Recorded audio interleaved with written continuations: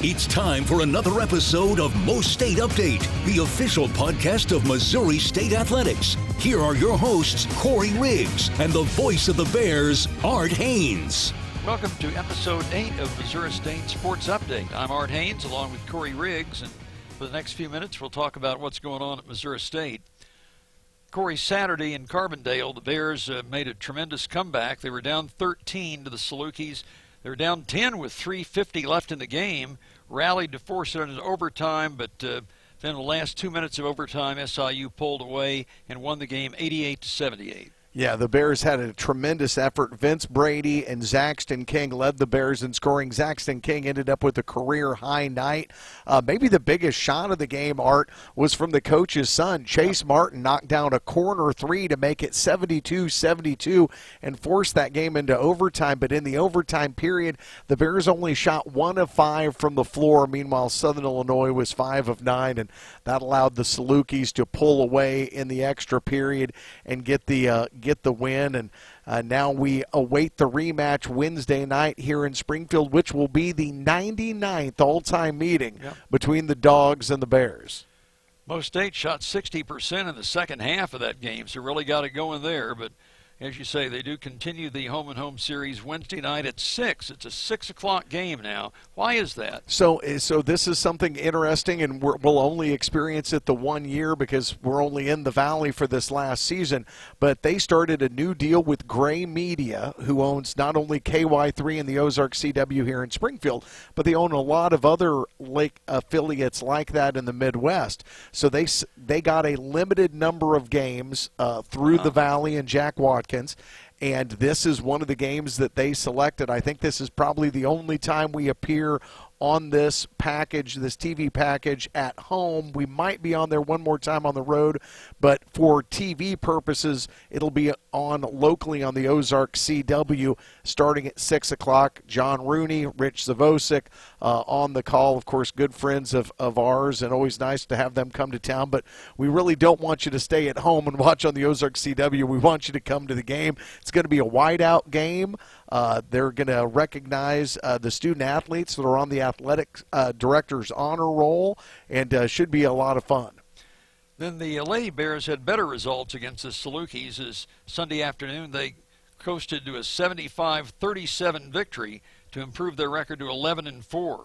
Lady Bears gave up their lowest point total of the season, 37 points, held SIU to 21% shooting from the field, and improved to 7-0 at home this season. They are 30-0 under Beth Cunningham when holding opponents below 60 points. That is the magic number, indeed, for Beth Cunningham and the Lady Bears. But I think you could say that. I think if we looked at Conzo Martin's record, anytime your defense is locked in enough to keep somebody from scoring 60 points, you've got a pretty good chance of winning in modern basketball. How about the fact that they got 50 rebounds in the game? Yeah. I mean, the Lady Bears absolutely working on the glass. It was a great crowd.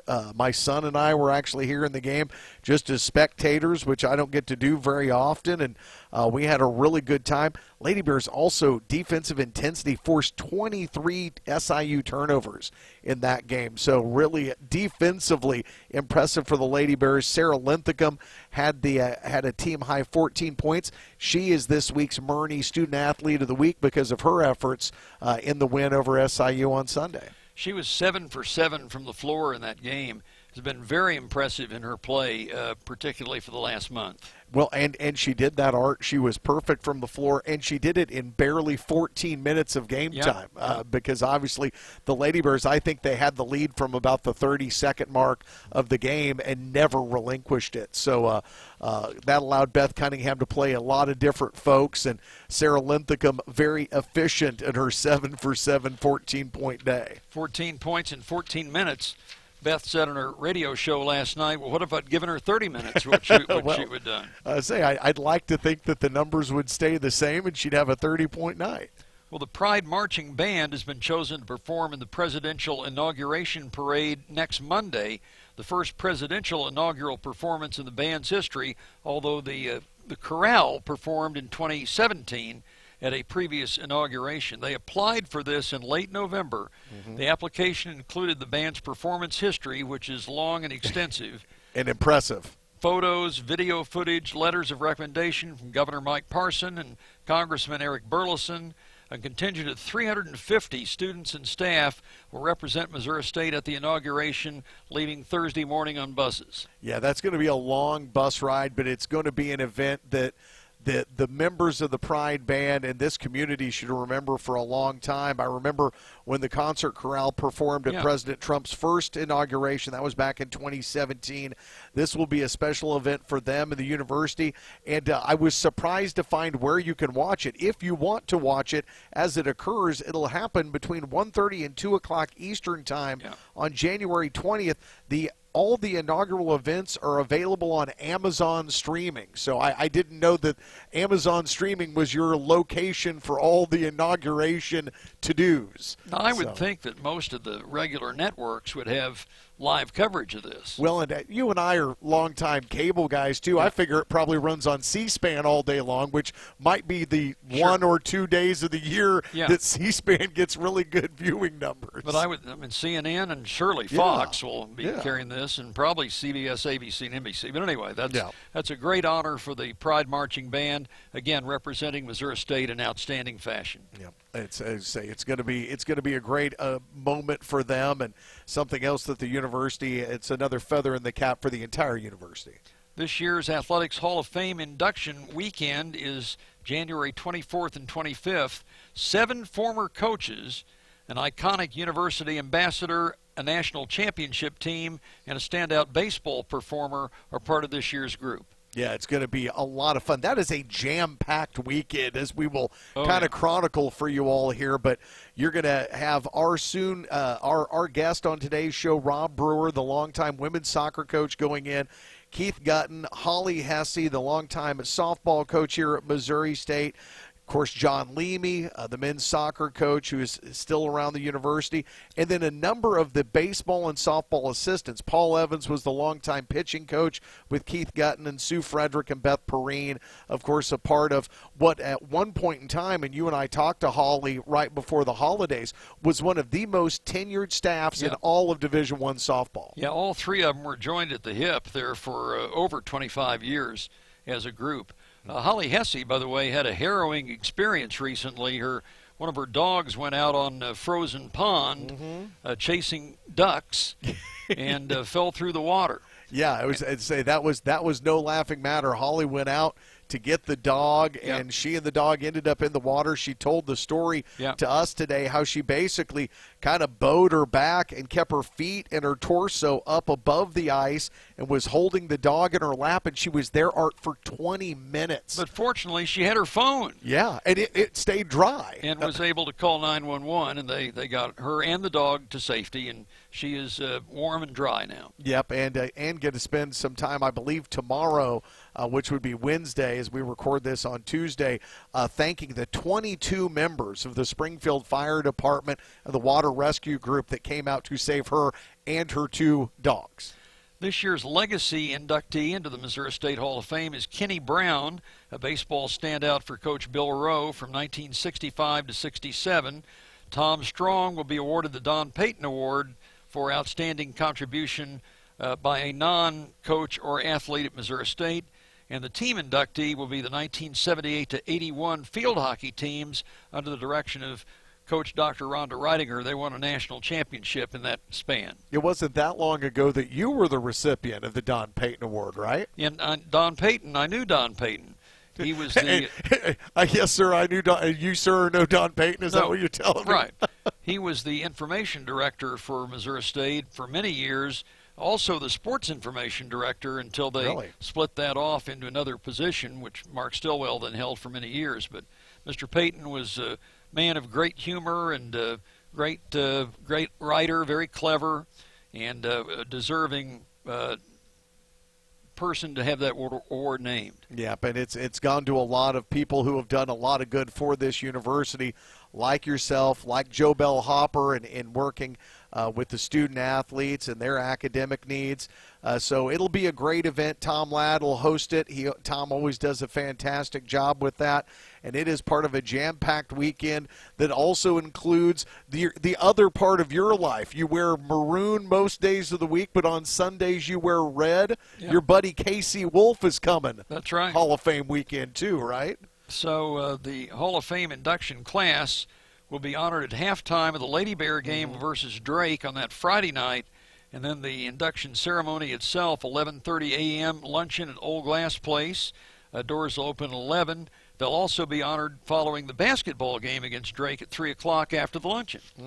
And that basketball game on January 25th is when you can bring the family out and see the Kansas City Chiefs mascot, Casey Wolf, and its appearance that he's making here at Great Southern Bank Arena. That'll be against Drake in a key Missouri Valley Conference matchup at 3 o'clock. Not the first time that Casey Wolf has been here, but it's definitely a fan favorite. Absolutely. He'll be in the arena lobby to greet fans and pose for pictures when the gates open at 2, games at 3. During the game, Casey Wolf will be active in the arena, providing his unique brand of game day spirit. He'll also have his personal Chiefs Super Bowl ring to display on his paw for fans to see during the visit. I wonder what size his Super Bowl ring is. Yeah. I bet it's bigger than yours. Yeah. And Dan has been Casey Wolf forever, 30 years probably, and does a fantastic job. Mr. Mears has been doing that forever. I remember my younger sister, Carrie, was Carrie the Cardinal. She was the mascot at Webb City when we were going to school, and she wrote to Dan and got advice from him. Just a tremendous individual. He will be here at halftime of that game. It will be the recognition for the Hall of Fame class. It is a Kids Day game, so you can bring the kids. All kids 12 and under get in free. There'll be pregame and postgame activities for the kids. And also, what we need your help with this year, if you're coming to the game, and we hope you are, is this is going to be a stripe-out game. So the Missouri State students, the Bearpocalypse group that is a big supporter of Missouri State athletics, trying to get different sections to wear white and maroon on that day. And the more people that will come, the cooler it will look. So we hope everybody comes out to see the Hall of Fame class, see Casey Wolf, see the Bears take on a very good Drake Bulldog team, and make sure you check which section you're sitting in to know if you need to wear white or maroon for the stripe out. And I know what a lot of you are saying, well, nobody's been coming to the games recently, but students have been gone, and they will be back by then. They'll be back in full force. They'll be back for tonight, for Wednesday night's game, I guarantee it. Probably so. And then if you haven't had enough that weekend of the Hall of Fame, Missouri State Baseball will hold its 15th annual First Pitch Night, Saturday, January 25th. A reunion of the 2015 Bears will headline the event. Yeah, and I'm really excited. This is always one of my favorite events. It's a great way to kind of get you ready for the start of baseball season, which, of course, will be at Sam Houston on Valentine's Day, February 14th. I'm going to be a part of the event, and I know that you are excited, Art, to be a part of the event, as well as we're going to get you up on stage to talk with those members of the 2015 team that are going to be in attendance. We are told Jake Berger, John Harris, Matt Hall, Tate Matheny, and, of course, head coach Joey Hawkins, all hopefully making up sort of a panel that you will get to reminisce with, because that was, that's not a team that – they didn't go to Omaha. They didn't go as far as the program has gone before, but I've got to think that for most fans, that's a really special team. Absolutely. Probably the most special. Yeah. Lost 3-2 to Arkansas in the Super Regional Championship game. Winner went to Omaha, and unfortunately wasn't the Bears. That was the year they should have hosted. They were seeded, but the field wasn't available. This will be in the Bill Road Training Facility at Hammonds Field, 5:30 p.m. on Saturday, January 25th, so that dovetails well with the basketball game. Yeah, I say you and I are going to get done here at Great Southern Bank Arena and then head right across the street to the Bill Road Training Facility to get that one started. You can get tickets, of course, through the baseball office. And remember, too, it's a great fundraising event. Not only is your money going to support baseball, but there is a huge silent auction that night, as well as some live auction items. All the proceeds go to benefit the baseball team, and they need all the help that we can provide them to kind of get the funds that they need to get ready for another special season. Dinner buffet is included in the events, and of course, earlier in the day, former Coach Gutton and Paul Evans, the longtime pitching coach, and Ken Brown, former pitcher, will all be inducted into the Missouri State Hall of Fame. So it'll be a big day for baseball and for Missouri State athletics. You better get some sleep and eat your Wheaties before that weekend, because you are going to be busy, man. Absolutely. Well, that's what's going on in Missouri State athletics. As you see, it's ramping up quite a bit. Well, when we come back, we'll visit with the Sugar Bears coach, Emily Dryden. Her squad is getting ready to hit the road to Orlando for the national competition. That's next on MoState Update.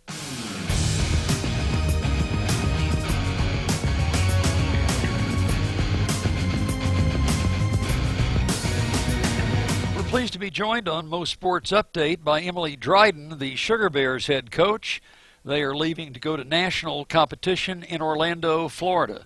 Emily, welcome. Thanks for having me. You bet. So, no stranger to this. You've been before, and it's at Wide World of Sports, Disney property in Orlando. Yes. Yeah, this is, Sugar Bears have been going to the Nationals competition since the 80s. So, yeah, this is what we do every year. And, of course, people are familiar, I think, with the baseball field is used for spring training, and the arena, which they've had some college tournaments in, but that's where you actually will have the competition? Yep, they have the field house there, and they have some of the arenas, and those are they set up stages in those facilities, and that's where they host it. So about how many schools will be involved in this?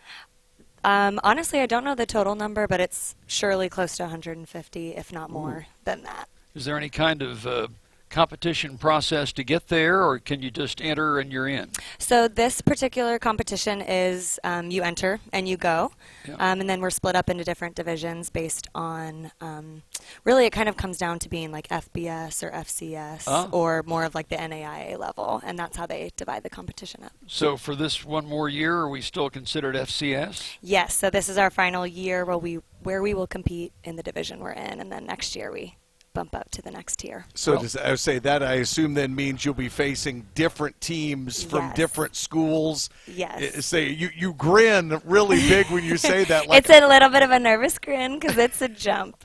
Yeah, I was going to say, so you think the level of competition significantly higher when you make the move next year? Yeah, essentially when we do move up, we will go against every FBS school that's there. So it puts us against Ohio State and Minnesota and LSU and really amazing programs. So it'll be a little bit of a different experience next year. What has been your level of success in recent years? Many years we have had a lot of success, but the competition keeps getting stronger. So last season we actually didn't make it to finals in either routine, which was disappointing, but it just shows how much dance is growing and advancing. And but this year we are feeling really good about where we're at and the work that we've put in. And should point out, you all, now I don't know if there's more than this, but you all usually compete in two categories. Yes. Which two are those? And then are there others you could compete in but elect not to? So for the most part in recent years, the past decade, we've done jazz and pom, but there is also a hip-hop category.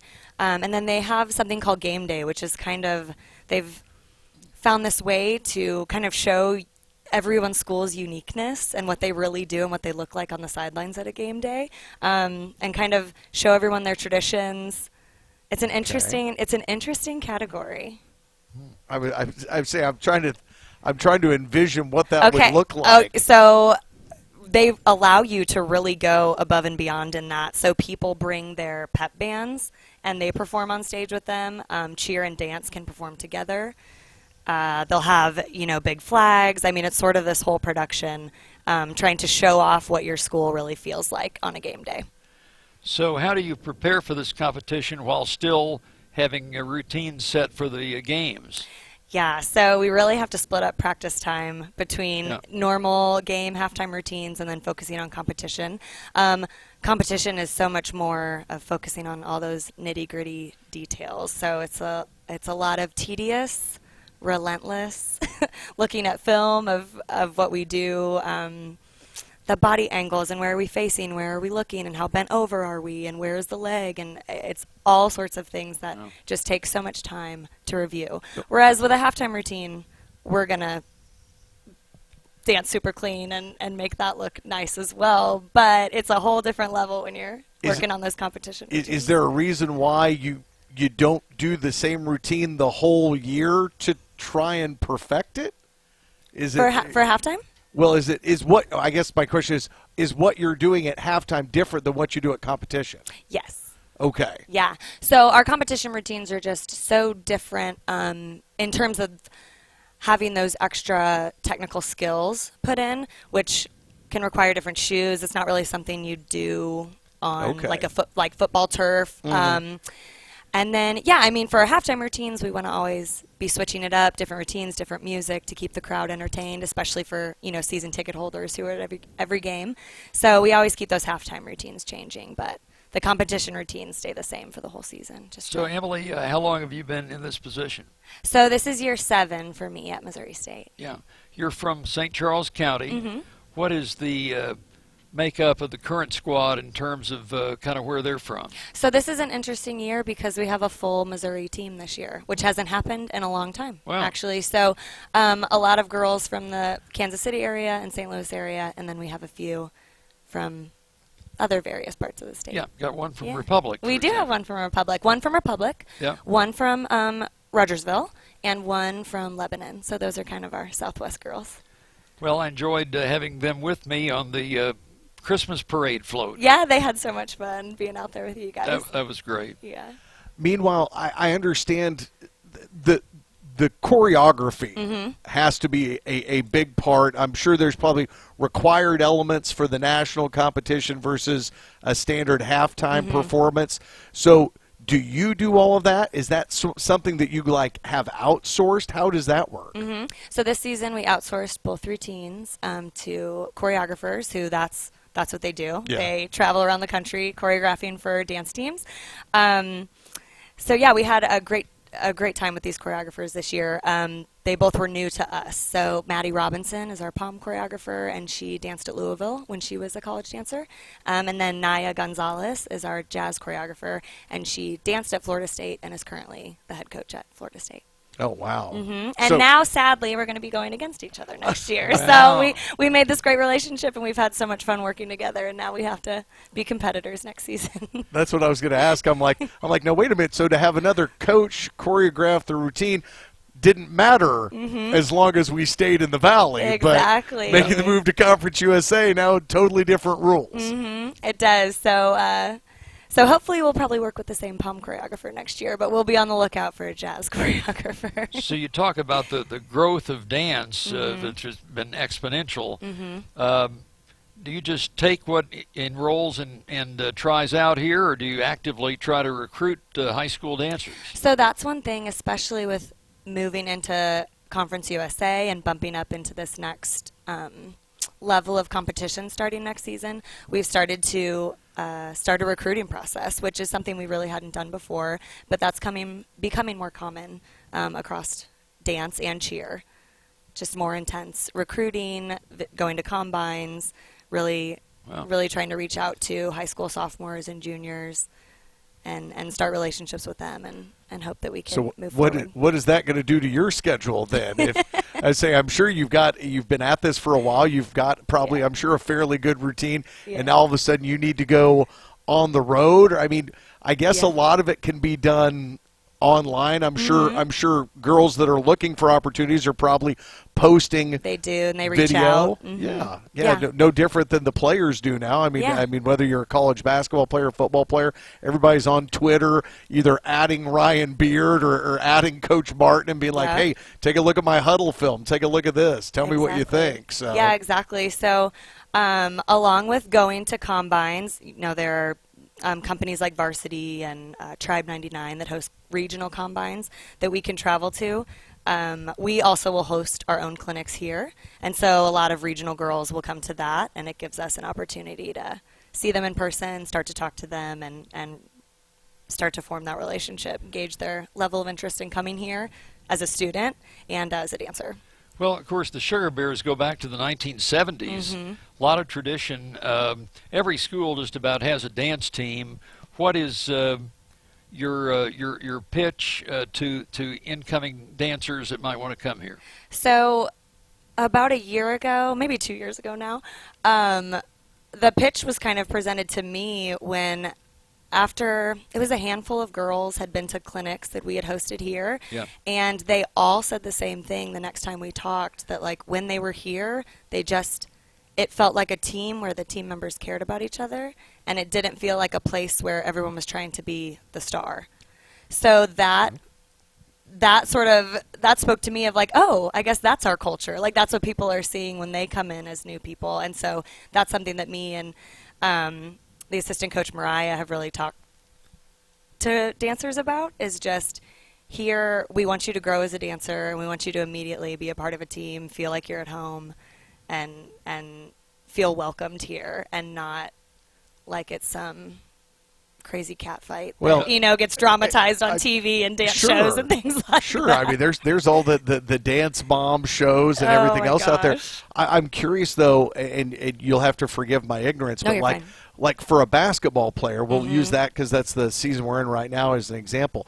If you're Zaxton King and you go out and drop a career high 23 points, you get a lot of attention. People notice you. How are you the star on the dance team? Is it being in the front row, dead center? What qualifies as a star in dance? Well, where you're standing on the stage might depend on the choreography, but really, I mean, a lot of it is if you have dancers that are really strong in certain skills, then they're probably going to get highlighted, and so they will have moments where maybe they're the only one standing up and they're showing off that skill, and that's also part of arranging the routine, and so that those dancers that are doing those skills are kind of framed and they stand out amongst the others. Well, Emily, congratulations on the success that you have had. Thank you. I mean, the Sugar Bears are certainly part of the face of the university and have been for years. Good luck in the national competition. Thank you so much. Emily Dryden joins us. When we come back, the Missouri State Athletics Hall of Fame will induct some new members at the end of January.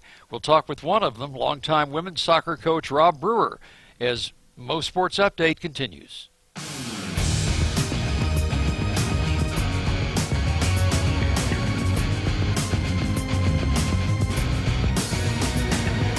Our next guest on MoState Update is Rob Brewer, the founder of the women's soccer program at Missouri State. He will be inducted along with several other longtime coaches who recently retired into the Missouri State Athletics Hall of Fame the weekend of January 25th. Rob, congratulations on this honor. Art, thank you very much. It's an honor. It really is. You came here from Elon in North Carolina. What was it that made you take that great leap to the Midwest? That was a obviously life-changing decision. Well, I had coached at Elon. I had coached the women's program and the men's program for the first 5 years I was there. When my daughters came along, I had to cut down to one team. I was coaching men. And after a couple of years, the job here was advertised. I had known Coach Leamy from his time at Roanoke College playing for me, and just called him and started talking to him about it, found out what a great place Springfield was, and that's the history. We're here. We're going to stay. It's a good place to call home. And the two of you certainly were a great duo for pretty much the same number of years and with a lot of success. Well, I'm very proud of where our program is, and obviously Coach Leamy did a great job with the Ben, and they continue to do great things, both programs. What were the challenges? I'm sure there were many of starting a program from scratch. Well, I got here, and we didn't have any players or soccer balls or uniforms or a field. Oh. Other than that, no big deal. It just all fell into place. Wow. I'll tell you a quick story. I was very fortunate that the first year I came out here, I got here in February, and we were trying to get a team together for August. The St. Louis area All-Star game got snowed out before I got here, and that meant I had a chance to go and watch the local players compete. Yeah. And we got several of those players, and that was the nucleus for our first year. So initially, where did you practice and play? Well, we kind of had a practice field that was the football grass practice field. Right. Because they are starting to build on top of what was a grass field down where Glass Hall is. Yeah. And we played our matches, most of them, out at Cooper Sports Complex, which was a grass field with no fence around it. So Sunday mornings, I always would drive by there to see if anybody had gone four-wheeling on the turf before we got to play at 12 o'clock. Wow. Well, come a long way, obviously, from then to now. When did you notice the program really starting to gain traction? Well, we got off to a very quick start, and I was very pleased with it. We hit a time where we were in every game. Actually, we won 9 games the first year, so that was quite remarkable. But Yeah. there were a lot of new programs starting up at that same time. Yeah. And, you just always want to get a little bit better, and there seems like teams in the Valley were taking turns being outstanding. Evansville started 5 years ahead of us. They were the top team for a long time. But then, Creighton and Loyola and just some teams would come up. Illinois State, they would have a good run, and we always seemed to be close but couldn't quite get it. But we did get a couple of tournament wins and got to play in the NCAAs. Well, when you look back on it now, Coach, I say obviously this Hall of Fame class that you're going in with, all of their careers, I don't want to say paralleled yours, but, I mean, you were here at the same time with Coach Leamy, Coach Hesse and her staff, and then, of course, Coach Gutton and Coach Evans. All of that is kind of in this same sort of linear timeline. What sort of interaction did you ever have with the other coaches? Because I know how important it was to you all to try and support each other. Well, we did support each other, and that was a big part of, I think, our success was that we could see these other programs were doing things. They didn't always have all the resources that some of their opponents would have. But we would get advice from them. How do you handle this situation, or how do I find somebody to help us financially? And what better role models would you have than Coach Gutt and Coach Leamy and Coach Hesse? As you mentioned, you started out with mostly St. Louis kids. When did it start turning to international kids? Well, we never really went strong into the international kids. We had a couple, but we never had half the team. Have the team on the field be international. And the reason for that, I believe, the best players in the world on the female side are in the United States already. Yeah. At least 20 years ago they were. Yeah. Let me ask you, Coach. It's obviously more American than international as opposed to the men's game. If you look at Coach Bolt's teams now, there's maybe 1 or 2 American-born players. What about your ability to recruit and compete with local talent, and how important did you feel that was in being able to build a program to have girls from the St. Louis area, the Kansas City area, and then especially Southwest Missouri? Right. That was a big selling point in our recruitment process. And I looked at the triangle from Kansas City to St. Louis to Tulsa as being our hotbed, if you want to call it that. And then one of the things was that the parents could come see them play because they had done that ever since they were 5, 6, 7 years old, Sure. Traveling and playing in these tournaments. And that was a big part of it. Yeah, I think that maybe not enough credit gets given to that support system. And if you can be successful and competitive and recruit local kids that mom and dad are going to get to more games that way, they're going to get some home-cooked meals and stuff like that it's a benefit to the student-athlete. Oh, it definitely is to have that support group there.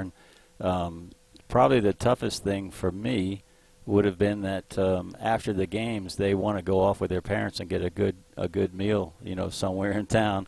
So I had to keep my post-game messages pretty short. Wait a minute. They weren't inviting you to go to the post-game meal with the parents they would take you? Not too often. No.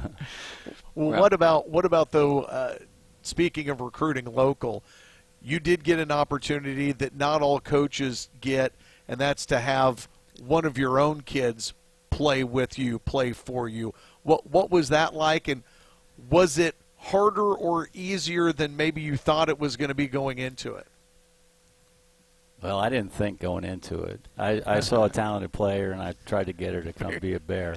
And actually, it was almost a joint recruiting effort to get Alex Opfer here at the same time because they played together in high school. So, don't tell Molly, but she's in the top 5 of my favorite players. Well, that's not bad.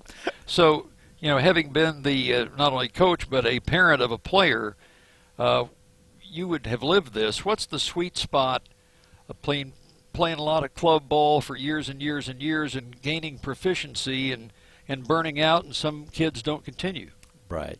I think on the female side, getting through high school is a big deal. They want to play. They want to play with their friends. They want to be competitive. They want to go to states and whatever competitions are out there. And I do think it takes a special mentality for those young ladies that want to go on and play at a higher level and, maybe pick up and move and be away from mom and dad in order to do that. Wanted to ask you, too, about the success that the program has had since you've retired and been away. I would say, obviously, that the current staff has done a great job of kind of continuing the momentum that you had going, but getting to sit with those teams and kind of see the watch parties for the NCAA selection shows and stuff. Those are special moments that those players take with them for the rest of their lives. Yes, they definitely will take that for the rest of their lives. And I'm just proud that the work that went into my first years continued on to where we had such a solid foundation, especially with the new facility. I guess that's been, 10, 11 years now? 2014, I think. Okay, so coming up on 11 years. Yeah. That's a big piece of it, and it was a huge step for us to get to that point. So we have a good foundation for women's soccer at Missouri State. Rob Brewer, 26 years as women's soccer coach, soon to be inducted in the Missouri State Athletics Hall of Fame. Rob, congratulations on your great success and on this well-deserved honor. Thank you, Art, and go Bears. Go Bears. We'll be back with a final wrap-up of this week's show right after this.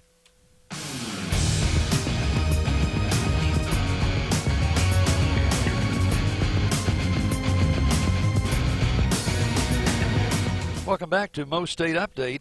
Well, the Bears are home Wednesday night, January 15th, against Southern Illinois in a quick rematch against the Salukis, to whom they lost in overtime on Saturday night. Turn around and play them again, a quirk in the schedule. Yeah, it really is odd. I mean, you remember better than I do with the oddity of COVID, right, and the fact that everything was scheduled to go to one place and play 2 games on back-to-back nights. Right. But when you throw that outside of the equation, I don't know when this has occurred before or if it ever has occurred. Yeah, it probably did. I've looked at the yearly scores, and it did back in the day. Like back in the 30s and 40s, it would sometimes happen, but I don't think hardly ever since. No, it's pretty unique. I think it poses a unique opportunity for the teams because you've scouted the opponent, you've played the opponent, so you can really just kind of work on some very small detail work that you want to get ready to see them again. But travel partners and this being what it is, this will be an interesting quick turnaround and almost a really historic game because it's just one shy of being the 100th meeting ever between Southern and Missouri State. This will be meeting number 99. So hopefully you'll get the word here on this before the game, but it's a 6 o'clock game on Wednesday, not 7. 6 o'clock game for TV purposes. So we want to pass that along. It'll be sponsored by the Chevy dealers of the Ozarks. It's a whiteout game, so please wear white if you can. And a great Southern Bank scarf giveaway for the first 500 fans. Yeah, they say you've seen those before at other events. They gave them out at the Lady Bears game on Sunday. They're the really cool maroon and white Harry Potter-looking scarves. So if you want one of those, get here early and make sure you get one of those as the Bears get ready to take on Southern Illinois for a second time. Meanwhile, track and field is on the road Friday at Mizzou. Swimming and diving at Mizzou as well, taking on McKendree on Friday and Saturday. Yeah, I say it's kind of interesting. I guess that's kind of a multi-team event there, but They're at Mizzou to take on McKendree. They're not competing against Mizzou this weekend, so no big interstate rivalry matchup there in the pool. But definitely it's finally the ice and the snow is starting to melt. The students are back, and we're starting to finally get back into the swing of things and have events going on the athletic calendar that isn't just basketball. And a friendly reminder to come out to Big Shots Golf on Mondays throughout basketball season for Inside the Den with our basketball teams. Coach Beth Cunningham and the Lady Bears are with Tom Ladd starting at 7 p.m. Coach Martin and the Bears at 7:30. You can come in person or listen on 93.3 FM or AM 560 KWTO. Now, won't be a show this next week with Conzo. No. In fact, we won't have a podcast because Bears basketball will be on the road. Yeah, we've got a long Bears basketball road trip upcoming. So after the game with Southern Illinois Wednesday night, the Bears will fly commercially to Dallas and then to Central Illinois to get ready Saturday to take on Illinois State there in Bloomington Normal. Then we will bus as a team from Central Illinois over to Cedar Falls, Iowa.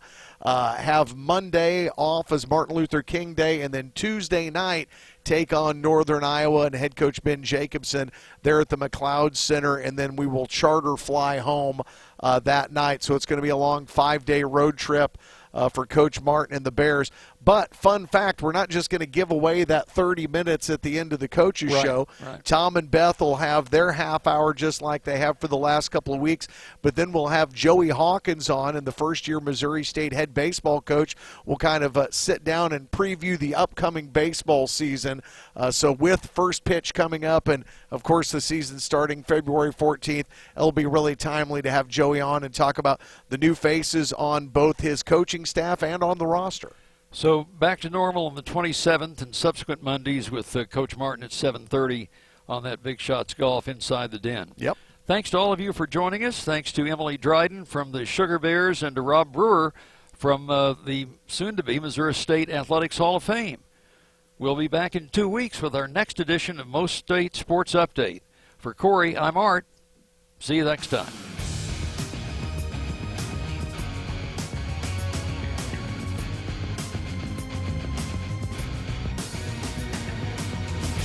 You've been listening to the MoState Update with Art Haynes and Corey Riggs. The preceding has been a Learfield presentation on the Missouri State Sports Network.